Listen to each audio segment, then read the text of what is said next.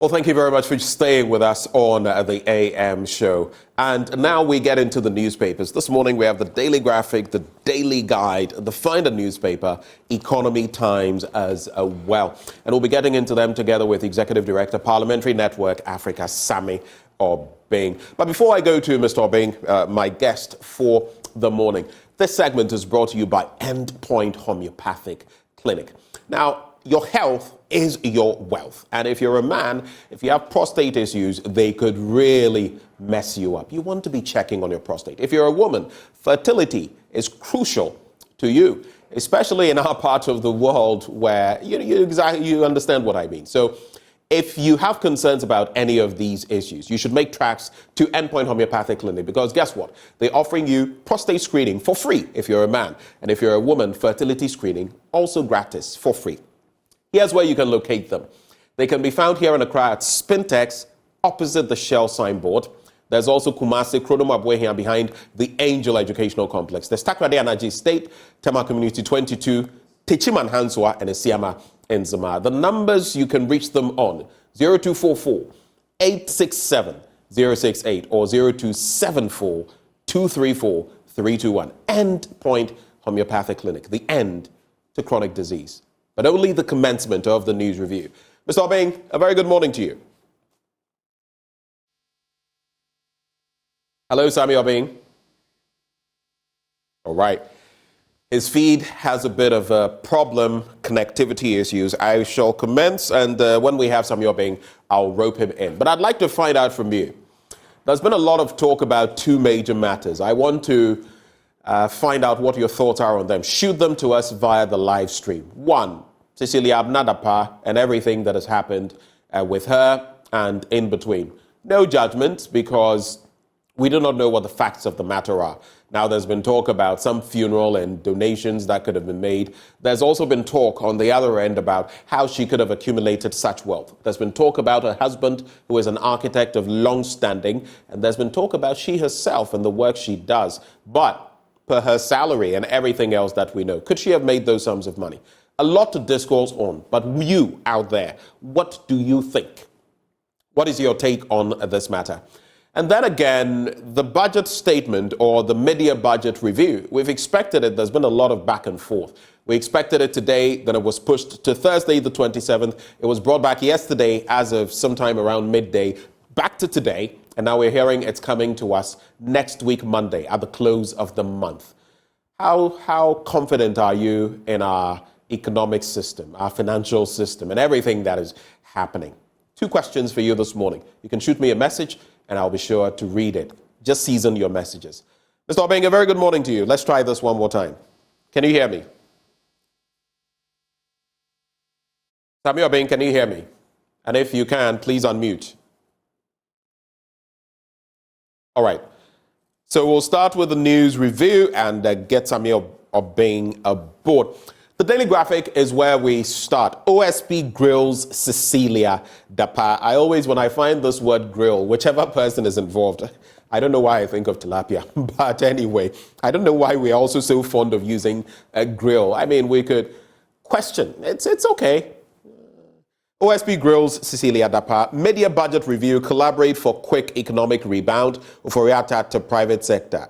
Hey, Uncle Ken. Okay. Auditor General recovers unearned salaries, 11.52 million Ghana cedis, so far retrieved as disallowances. Pictured there, the man who deputized and took over from Daniel Yao, Domelevo, Johnson, Ekwamwa Esiedu, Auditor General. Of course, he has come under a lot of flack himself for failing to toe the same line that his erstwhile boss did. NCA engages stakeholders on digital audio broadcasting. On the back page, Cocoa Abrabopa pays 9.2 million Ghana cedis to cocoa farmers. And then GRNMA inaugurates 10th Secretariat in the Upper East region. Mr. Obeng, let me try this one more time before I get into the Daily Graphic. Can you hear me? Hey, Benjamin. Good morning. It's good to have you. Thank you for joining the conversation. I threw this out to my guests. I'm throwing it out to you as well. Number one, Cecilia Dapa. What do you make of all the happenings so far?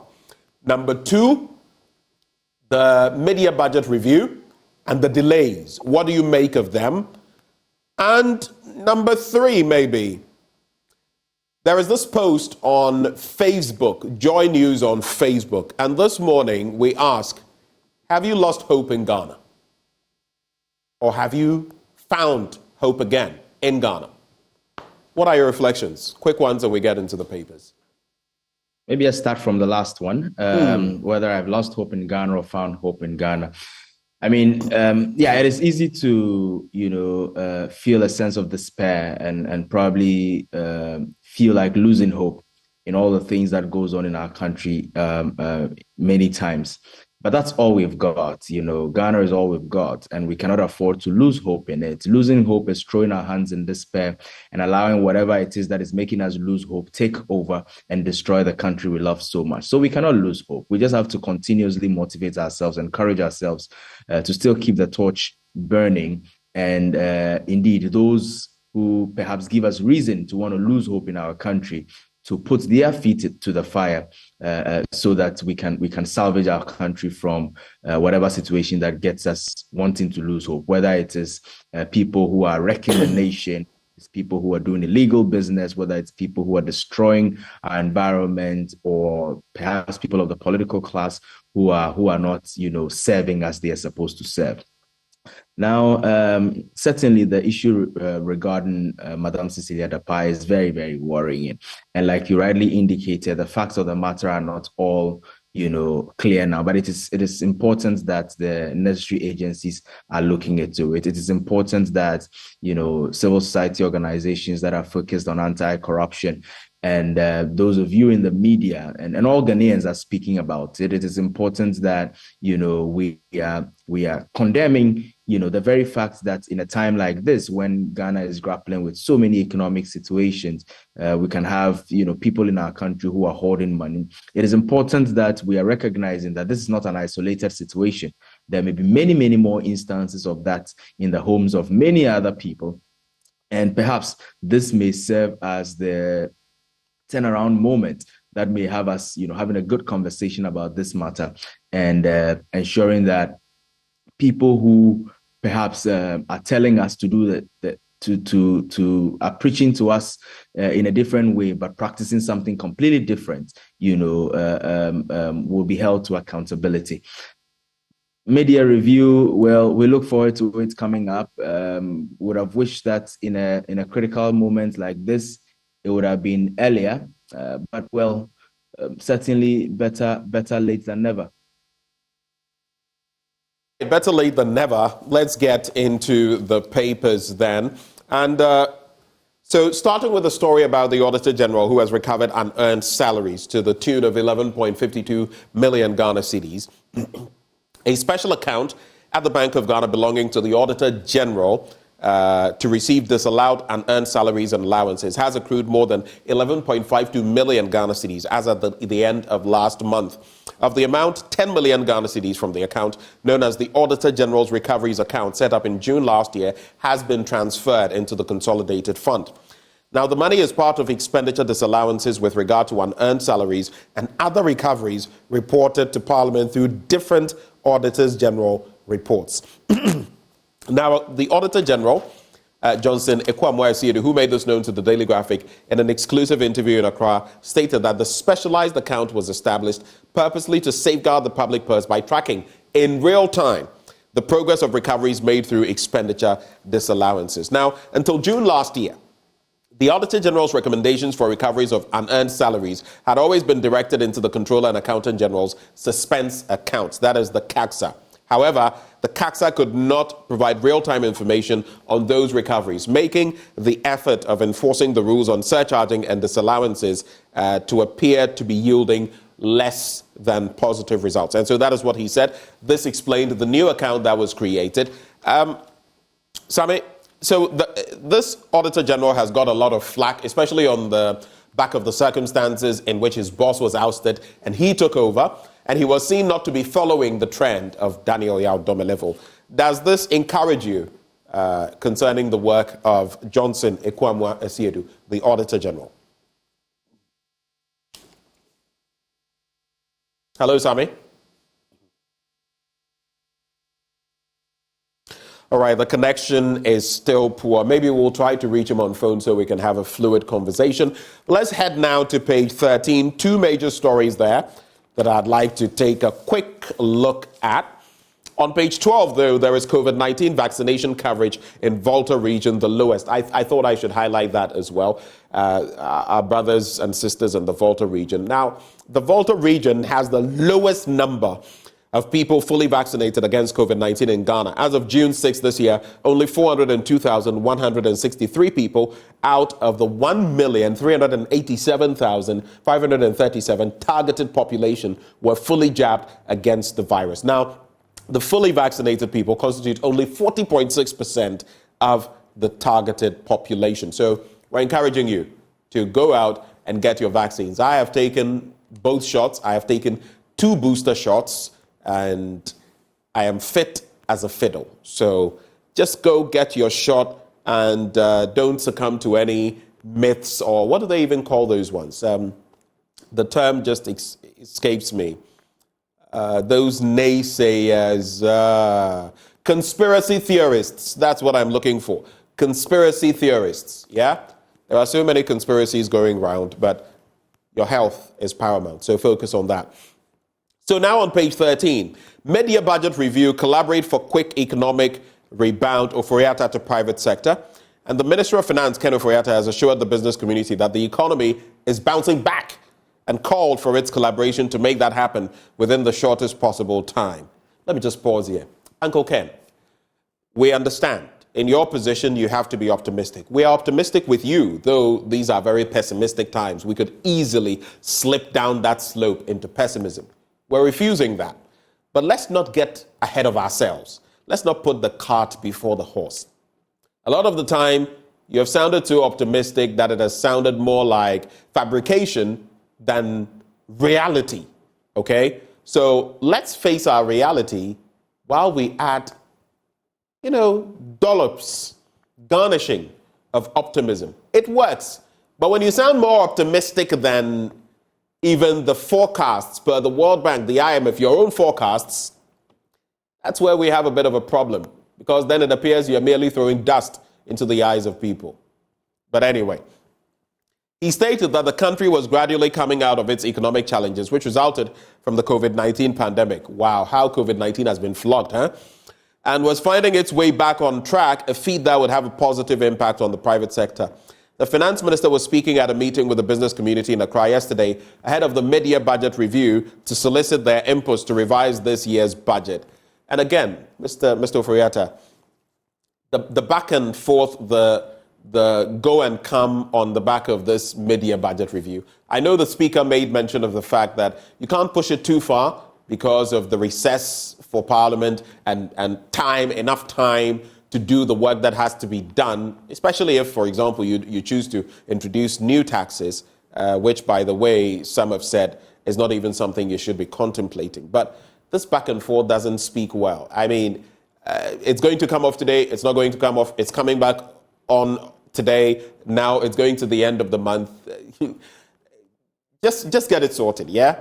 And keep us from sitting on pins and needles. And again, it doesn't work much for the generality of the population and for the media when you keep shifting the goalposts. Today it is today, tomorrow it is the day after today.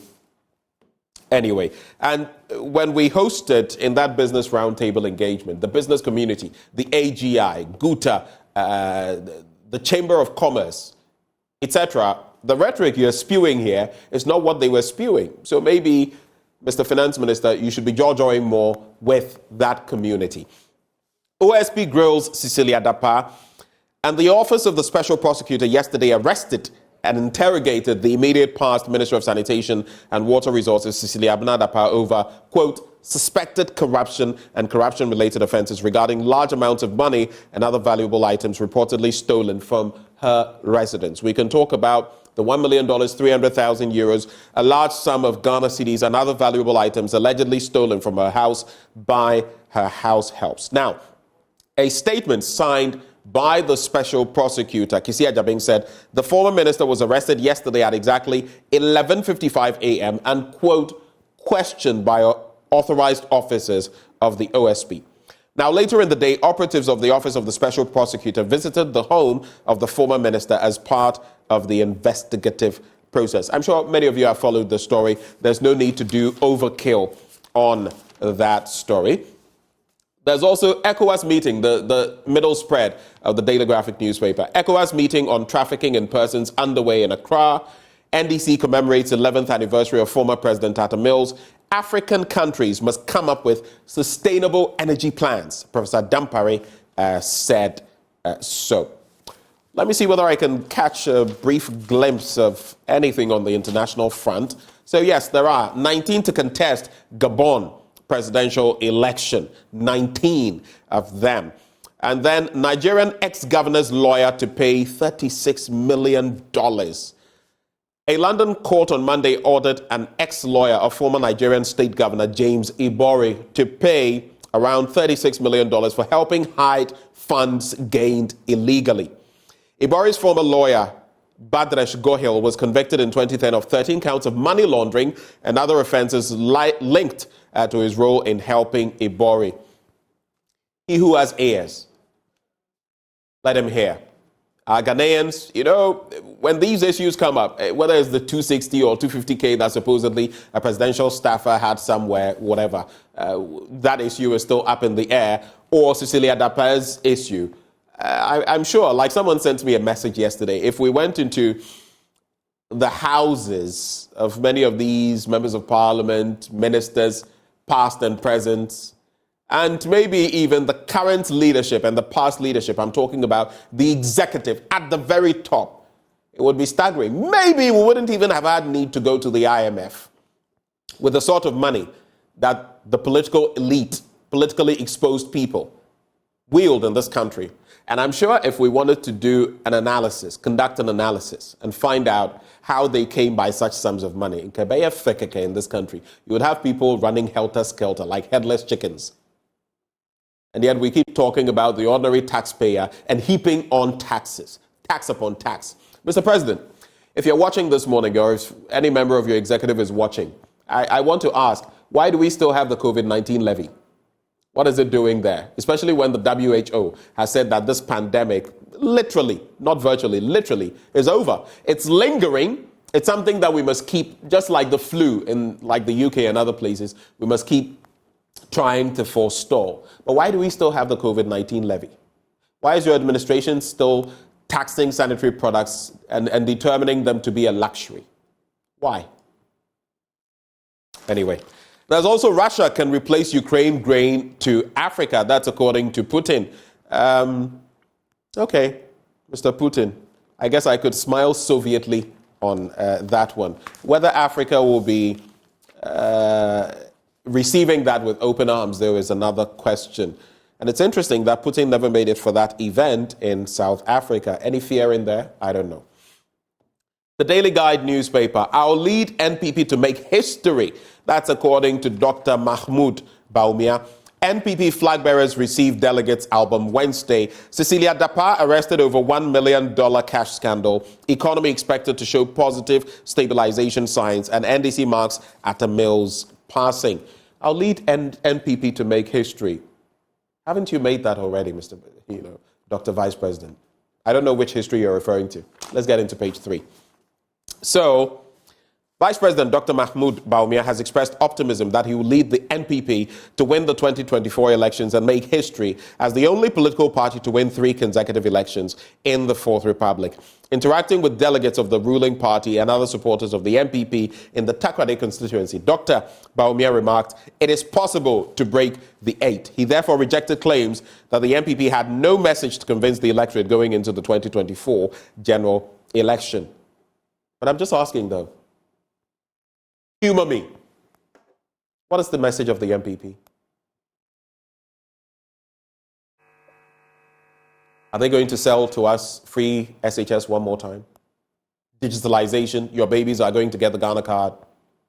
Agriculture, 1 village, 1 dam, 1 district, 1 factory.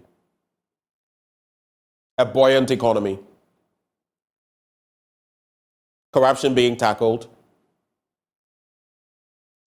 Well, I don't know. But we could ask the same question for the NDC too. What exactly are they offering? I'm just saying, ladies and gentlemen, Ghana 4, especially for those who may be turning 18 ahead of 2024. Read between the lines. I know we don't read that much in this country, but read between the lines, figuratively, before you vote, because the direction of this country and the youth and what I keep seeing, oh my word. Anyway, that is that. NPP flag bearers received delegates album Wednesday. There's also Cecilia Dapa arrested. That story there as well. I've already read the story about the economy, so I think I will just move away from that. On the international front, heat wave to spread east across huge parts of the United States. Nigeria oil tanker blast kills 8, and about 8 people have been confirmed dead after a fuel tanker exploded in Nigeria's southwest Ondo state. Residents had been scooping up spilled fuel from the tanker, which was involved in a road accident on Sunday night, as state police said.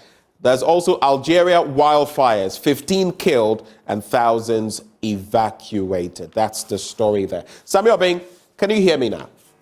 Benjamin, I can hear you. Oh, okay. My apologies for keeping you in the dark. I didn't know you were out there in the light.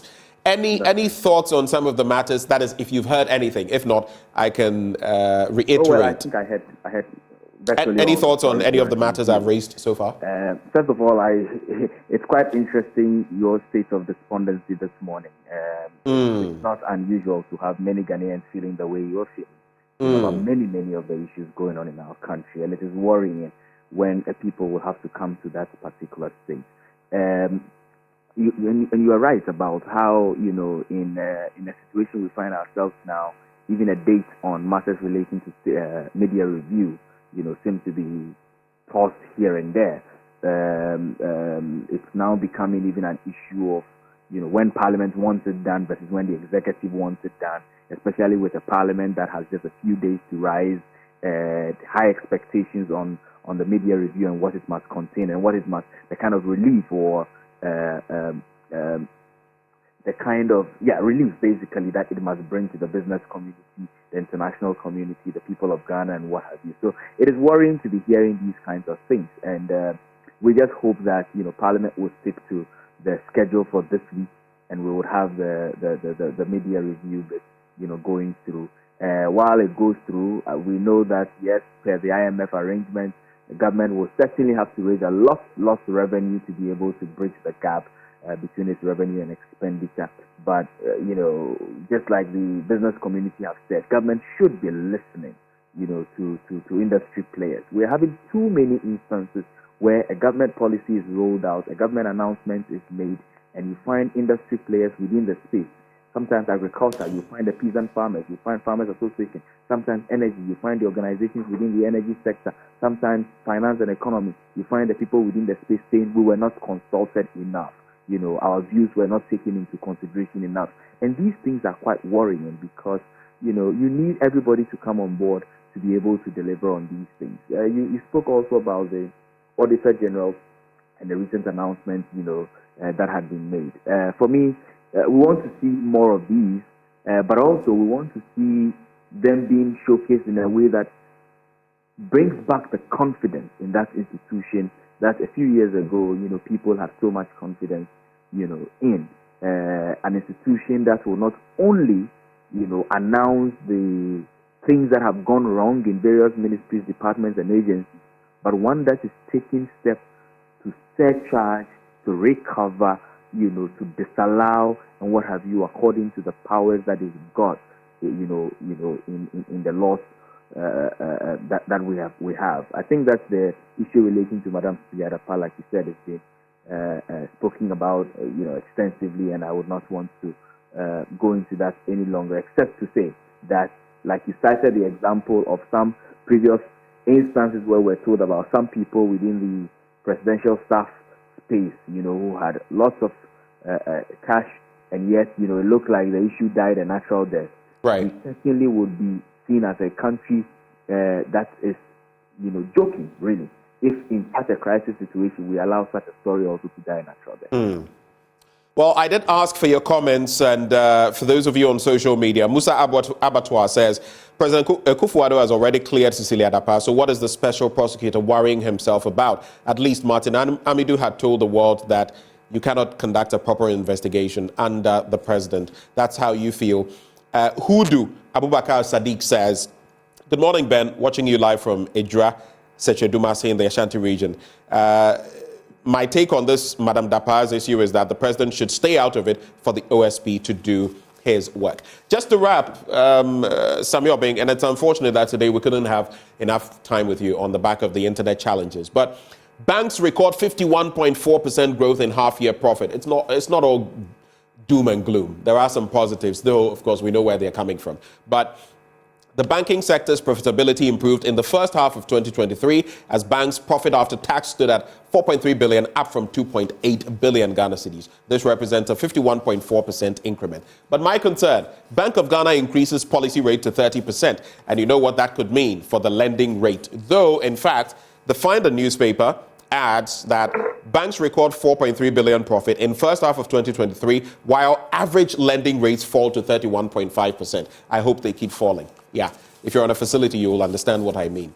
But to wrap, public debt stands at 569.3 billion Ghana cedis.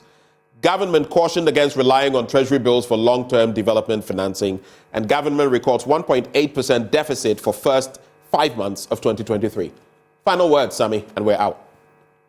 Yeah, on the banks recording first half, I think the devil will be in the detail, really. Right. If we drill deep down, we'll realize that, if, for example, in the prior year you made so much losses, and so the bottom line was very low, in the new year and things are peaking, certainly you would find a number showing some highs, but does the highs represent the real state of situation? We know how our banking industry or sector has been brought to almost an all-time low, and I think that together with the new rates announced by the Bank of Ghana, we all need to be concerned about our economy, how to get businesses back, how to get the banking industry hope back in it, and all of that. And we need to be speaking about these things even as we go forward, so that things can get better.